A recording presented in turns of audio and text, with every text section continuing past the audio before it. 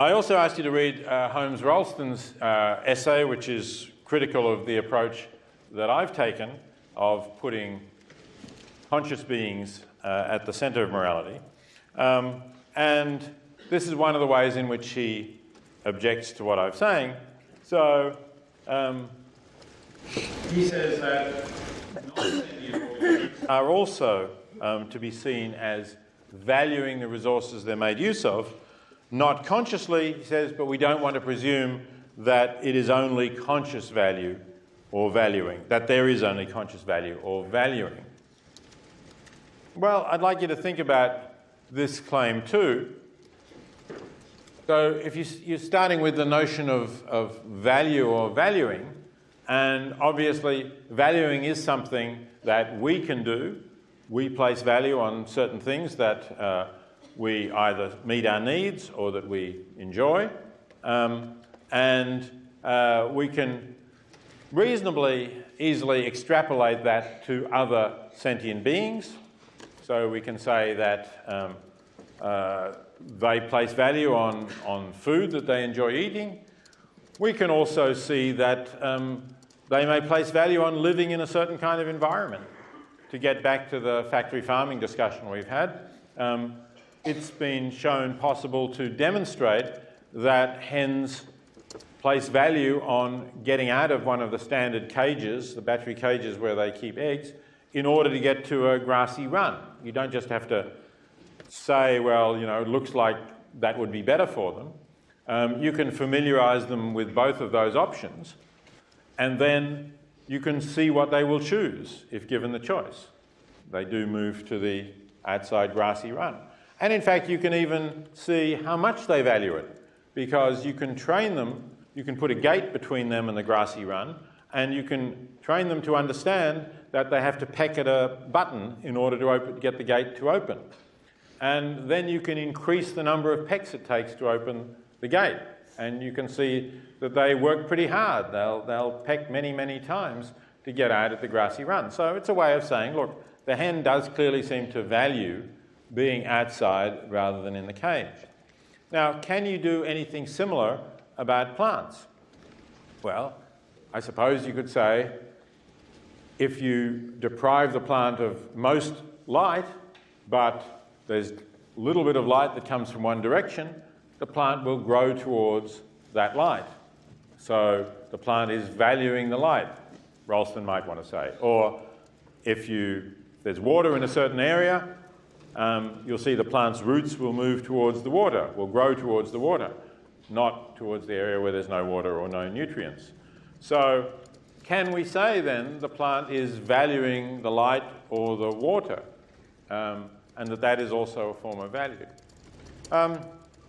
So I think that this is stretching the notion of value in a way that is quite difficult to defend, although it may seem like that's what's going on.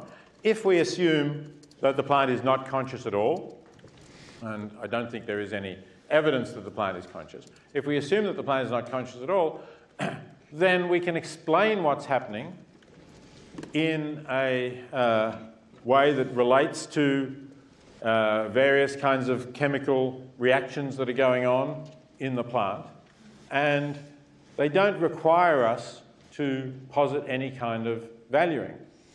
And this is why there's discussion between Rolston and myself about if you're going to suggest that there's value here in plants because of the way they move towards water or sunlight or something like that, for example, how are you going to distinguish this from other cases where we have actually constructed objects that, in a similar sense, seem to have purposes?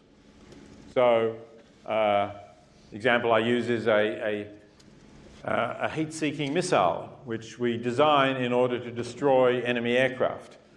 We fire it up near the aircraft, and it tracks the source of heat, the engines, obviously, of the enemy aircraft, and it follows that, and when it hits it, it explodes. So I don't think we would want to say that the missile values heat, let alone that it values destroying enemy aircraft, obviously. because we can explain how it tracks the source of heat in a very mechanical kind of way. And if we can do the same kind of thing with plants, then the question is, why should we add something about value to them merely because we didn't construct them, but they evolved? If they evolved from a process of selection of mutations, then, and that explanation doesn't require any assumptions about them having subjective values or consciousness, then I don't really think that this argument works. That doesn't mean, of course, that there isn't value in these beautiful biotic communities or ecological systems, and that they aren't worth preserving. On the contrary, I think they're greatly worth preserving.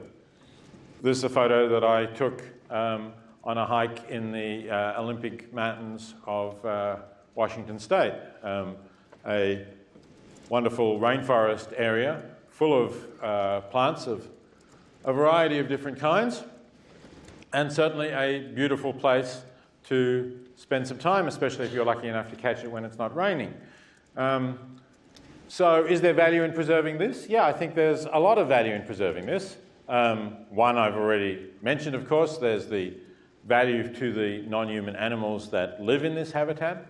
I've also mentioned there's value in economic value in the area in terms of tourism that's attracted to this. But there's a reason why tourists come to this area, and that is that they value it for the experience of seeing the beauty of this area and seeing something that is a preserved forest, relatively free of human interference. It's unfortunately true that there's probably no part of the world that is now completely free of human interference, since climate affects everything and we have affected the climate. Although it may not yet be visible everywhere, we are having some impact everywhere, including this forest. But I think that people have an interest in experiencing something that is relatively unchanged by human interaction. And I think it's not only us that's going to value this, but it's future generations of human beings. And the point that I made about species becoming extinct is also true of wilderness that is relatively virgin forest. Once you destroy it, it can never be recreated. You can replant, you can have second growth forests, but they're not identical to what they would have been if they had never been cut down. So I think we can see this as something that we ought to preserve for all of the generations to come as a kind of a heritage which has been passed down to us and that we ought to pass on. And if you ask, well, how do you compare that value with the value of the timber that you could get out of this forest or something else you might do with it? Or for that matter, how do you compare the value of the Delhi Sands flower-loving fly with the value of the 360, whatever it was, acres of prime commercial land? I think that's a question of having a sufficiently long-term perspective, of looking at this for we don't know how many generations of human beings there will be to come. We hope that it's a very large number. And as the areas of wilderness dwindle, I think each of them starts to have increasing importance and will have increasing importance for many years to come. So I think that you can defend the preservation of these forests in these terms and see its destruction as a kind of a vandalism of something that is beautiful, or that certainly we judge to be beautiful, and that future generations are likely to as well. But it isn't specifically, apart from the fact that it supports animals, it isn't specifically the fact that it's human. I think you could compare the destruction of this forest with this, which shows the destruction of the Bamiyan Buddhas that were destroyed by the Taliban in March 2001. In fact, as it turned out, only a few months before the Taliban themselves were evicted from government after September 11th. But of course, nobody knew at the time that that was going to happen, and this was not a reason for evicting them.